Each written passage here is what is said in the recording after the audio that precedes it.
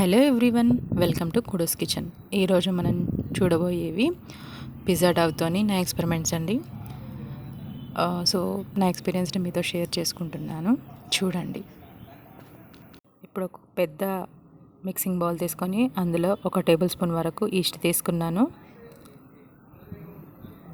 1 table spoon sugar తీసుకొని 1/3 cup Luke warm water వేడిగా ఉంటే ఈస్ట్ చనిపోతుంది, మొత్తం రెసిపీ పాడవుతుంది. సో ఖచ్చితంగా ల్యూక్ వామ్గా ఉండేలాగా చూసుకోండి. బాగా మిక్స్ చేసి ఒక 10 నిమిషాలు రెస్ట్ ఇచ్చిన తర్వాత ఈ విధంగా ఈస్ట్ రైజ్ అయింది. ఇప్పుడు దీంట్లో ఒక కంప్లీట్ ఎగ్ని యాడ్ చేస్తున్నాను.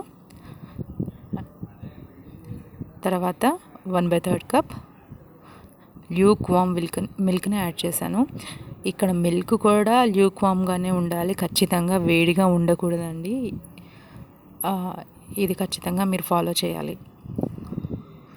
బాగా మిక్స్ చేస్తున్నాను స్పాచులాతోని. ఇప్పుడు 500 గ్రామ్స్ ఆఫ్ ఫ్లవర్ తీసుకొని ఇందులో 1/4 టీ స్పూన్ సోడా ఉప్పు వేసాను. తర్వాత ఇందులో 4 టేబుల్ స్పూన్స్ వరకు షుగర్ వేసాను. ఇందులో ఒక 1/2 టేబుల్ స్పూన్ వరకు దాల్చిన చెక్క కూడా ఉంది. యాక్చువల్గా ఇది డోనట్స్ రెసిపీ కోసం తయారు చేసిన షుగర్ అండి, అది మిగిలిపోయింది ఈ రెసిపీలో నేను వాడుకుంటున్నాను. ఎందుకు జల్లిస్తున్నాను అంటే ఈ బేకింగ్ పౌడరు షుగరు అంతా, బేకింగ్ సోడా అంతా మిక్స్ అయిపోతుందని ఫ్లవర్ని జల్లిస్తున్నాను. అండ్ ఇప్పుడు స్పాచులా సహాయంతో కొంచెం కలిపాను. ఇంకా దీనికి వాటర్ ఆర్ మిల్క్ అవసరం ఉంది. సో యాక్చువల్గా ఇందాక సాల్ట్ వేయలేదు. సో ఇప్పుడు ఒక 1/2 టీ స్పూన్ వరకు సాల్ట్ వేసి ఇంకొకసారి మిక్స్ చేస్తున్నాను. ఇప్పుడు 2 టేబుల్ స్పూన్స్ వరకు నెయ్యిని వేస్తున్నాను. నెయ్యి కంప్లీట్గా చల్లారిపోయిందండి. ఇట్స్ నాట్ హాట్ నెయ్యి అయితే కాదు. అండ్ ల్యూక్ వామ్గా ఉండే ఈ మిల్క్ని కొంచెం కొంచెం యాడ్ చేసుకుంటూ కన్సిస్టెన్సీని చూసుకుంటూ నేను డవ్ లాగా తయారు చేస్తున్నాను. దీన్ని కొంచెం కొంచెంగా యాడ్ చేసుకోండి, కొంచెం స్టిక్కీ డవ్ని తయారు చేసుకోండి.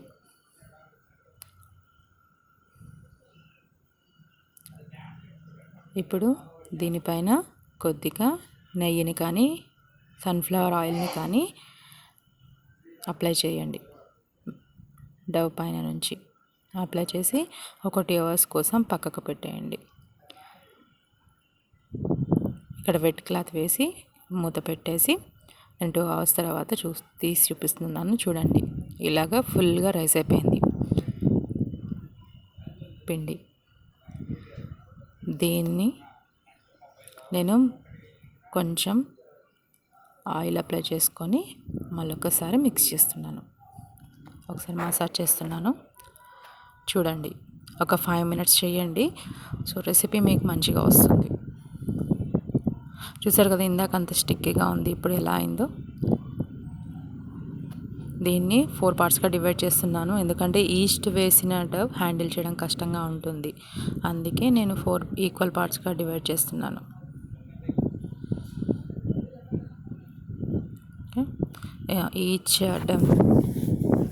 ఈచ్ డవ్ని తీసుకొని ఈ విధంగా దాని మీద వర్క్ చేస్తున్నాను, చూడండి.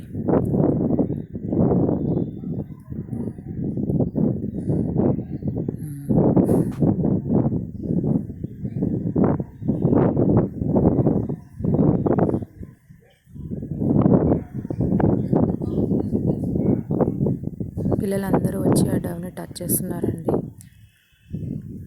ఇప్పుడు ఒక ప్లేట్లో పెట్టేసి దాన్ని మళ్ళీ వెట్ క్లాత్తోని కవర్ చేశాను, ఎందుకంటే 1 బై 1 వర్క్ చేస్తాం కదా, మిగిలినవి డ్రై అవ్వకూడదు. ఇంకొకటి ఈస్ట్ వేసిన డవ్ ఎంత రెస్ట్ ఇస్తే అంత మంచిగా ఫ్లఫీగా తయారవుతుంది. ఓకే, ఈ విధంగా రోల్ చేస్తున్నాను. అండ్ దీన్ని నేను రౌండ్గా రోల్ చేయలేకపోతున్నానండి, అందుకే నార్మల్గా రోల్ చేసి ఆ తర్వాత దీనికి రౌండ్ షేప్ ఇచ్చేస్తున్నాను. ఎలా ఇస్తున్నానో చూడండి, కొంచెం థిక్గా చేసుకున్నాను. So my first experiment pizza బేస్ని తయారు చేద్దాం అనుకుంటున్నాను.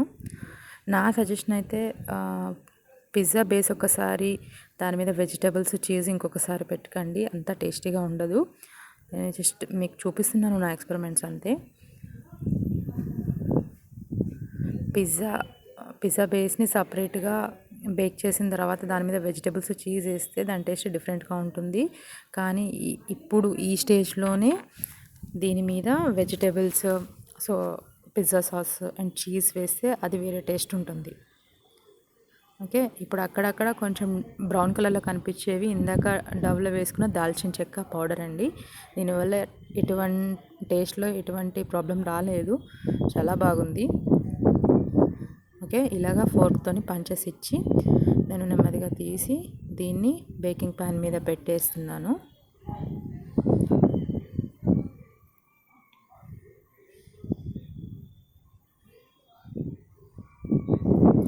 దీన్ని కొంచెం సేపు ఒక 10 మినిట్స్ కవర్ చేశాను. ఆ టైంలో నేను ప్రీహీట్ చేసుకున్నాను నా ఓవెన్ని 180 డిగ్రీ దగ్గర ఒక 10 మినిట్స్ ప్రీహీట్ చేసేసుకున్నాను. ఇప్పుడు దీనికి మిల్క్ వాష్ ఇస్తున్నాను after 10 minutes.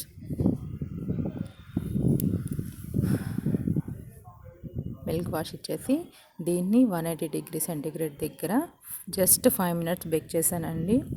It was done. బయట మనకు దొరుకుతాయి కదా పిజ్జా బేసెస్, అలానే వచ్చింది, సేమ్ అలానే వచ్చింది.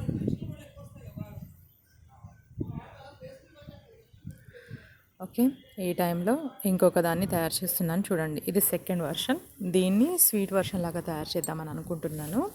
దానికోసం దీన్ని డ్రై ఫ్రూట్స్తో డెకరేట్ చేస్తున్నాను. దీన్ని డ్రై ఫ్రూట్స్తో డెకరేట్ చేయడానికి ఇన్స్పిరేషన్ ఏంటంటే షీర్మల్ రెసిపీ. ఈ షీర్మల్ రెసిపీ ఎలా చేస్తారంటే, ఇందాక మనం డవ్ ప్రిపేర్ చేసుకున్నప్పుడు ఒక 2 టేబుల్ స్పూన్స్ ఆఫ్ బటర్ వేసాం అంతే కదా, బటర్ ఆర్ ఘీ. కానీ 500 గ్రామ్స్ ఆఫ్ ఫ్లవర్ని యూజ్ చేస్తున్నప్పుడు షీర్మల్ రెసిపీ అయితే 150 గ్రామ్స్ వరకు బటర్ని వాడతారండి. అదే డిఫరెన్స్. అట్లా లేదు కదా మనది. సో ఇది షీర్మల్ కాదు, జస్ట్ దాన్ని చూసి దానిలాగా జస్ట్ లుక్ కోసం ట్రై చేస్తున్నాను అంతే. యాక్చువల్గా కొన్ని డ్రై ఫ్రూట్స్ పెట్టారండి, ఫుల్గా కంప్లీట్గా డ్రై ఫ్రూట్స్తోనే కవర్ చేసేస్తారు.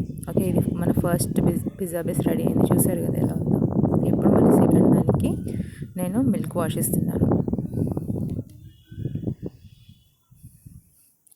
నేను ఒక్కోదానికి ఒక్కో విధంగా ట్రై చేశానండి, ఇలా ఏ విధంగా వస్తుందో అని. ఒకదానికి మిల్క్ వాష్ ఇచ్చాను, ఒకదానికి ఘీ వాష్ ఇచ్చాను, ఒకదానికి మిల్క్ ఘీ 2 వాష్ ఇచ్చేసాను.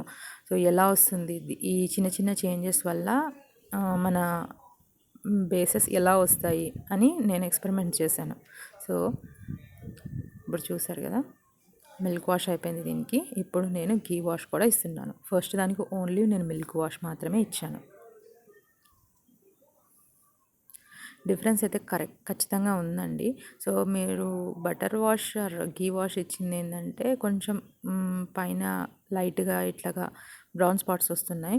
సో నేను ఏం చేశానంటే ఫస్ట్ పిజ్జా బేస్ అనుకున్నాం కదా, దానికి కూడా ఇంకొంచెం బటర్తోని ఇలా అప్లై చేసి ఇంకో 2 మినిట్స్ బేక్ చేశాను. అప్పుడు అదేంటంటే కొంచెం బ్రౌన్ స్పాట్స్ వచ్చి రెడీ అయిపోయి దాన్ని గ్రేవీ కర్రీస్లోకి తినేటట్టుగా రెడీ అయిపోయింది. సో ఇప్పుడు నా సెకండ్ వర్షన్ ఇది ఇప్పుడు ఒక 2 మినిట్స్ బేక్ చేసిన తర్వాత దీని లుక్. ఇప్పుడు దీన్ని నేను బేక్ చేస్తున్నాను. దాన్ని బేక్ చేయడం ఎలా చేశానంటే 200 డిగ్రీ సెంటీగ్రేడ్ దగ్గర నేను దాన్ని 7 మినిట్స్ బేక్ చేశానండి, సెకండ్ వర్షన్ని. సో ఇప్పుడు ఫస్ట్ ఇది ఎలా ఉందో చూద్దామా. చూసారు కదా, కంప్లీట్గా కుక్ అయిపోయింది అది లోపల. ఇది థర్డ్ రెసిపీ. ఈ థర్డ్ రెసిపీకి నేను అనుకుంటున్నాను ఓన్లీ బటర్ వాష్ ఇద్దామని. ఆ బటర్ వాష్ కూడా చాలా ఎక్కువగా వాడాను బటర్. ఇది చాలా గ్లాసీ లుక్ వచ్చిందండి. ఇప్పుడు ఎలాగో మీరు చూస్తారు కదా ఇది ఏ లుక్ వచ్చిందో. ఒక 2 to 3 టేబుల్ స్పూన్స్ వరకు బటర్ అప్లై చేశానండి నేను దీనికి. బటర్ ఆర్ ఘీ, ఇది మెల్టెడ్ ఘీ అండి, బటర్ కాదు. సరే కదా, ఫుల్గా ఘీ అప్లై చేస్తున్నాను.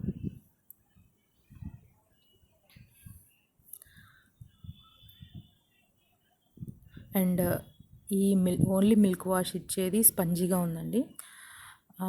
మిల్క్ అండ్ బటర్ వాష్ ఇచ్చేది కొంచెం స్పంజీనెస్ కొద్దిగా తక్కువ ఉంది. సో ఇప్పుడు ఓన్లీ బటర్ వాష్ ఇచ్చేది కొంచెం క్రంచీగా ఉంది అండ్ గ్లాసీ లుక్. ఇప్పుడు చూసారు కదా, ఈ సెకండ్ వర్షన్ మీద నేను షుగర్ పౌడర్ అప్లై చేస్తున్నాను.